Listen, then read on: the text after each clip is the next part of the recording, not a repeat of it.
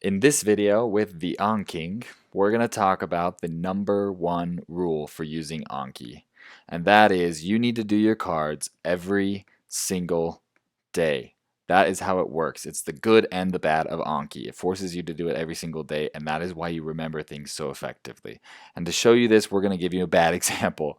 Somebody who had this review count on their statistics, you can see here and here, they missed a few days, which led to this number here, which was over 1,000 cards. Now that equated to 250 minutes or over 4 hours of reviews that day. You don't want to get there. What happens when you do this is you don't remember the cards as well, so you end up hitting the hard button a lot more often, which means your cards come back even more often in the future, and you're constantly doing more cards than you would have had you done your cards every single day in the first place. Commit now, do them every single day. So we have Blake here who is going to discuss with us his experiences and what he would recommend based off of his bad experiences. Well, I don't know if I truly understood how Anki worked, and so I didn't understand the importance of the forgetful curve. And so I figured as long as I got the cards done before my exams, then I'd be okay.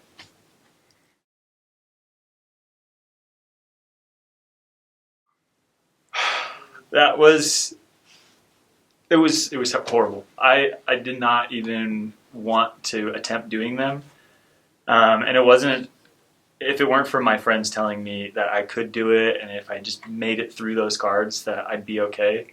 But it was horrible. I just knew the rest of my day was ruined.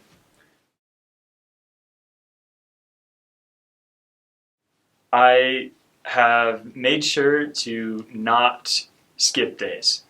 That is the most important thing. As long as I get up early and I do my cards first thing in the morning, then nothing else in my day, whatever comes up, won't mess up with that. And that's kind of the priority of my day is get those cards done.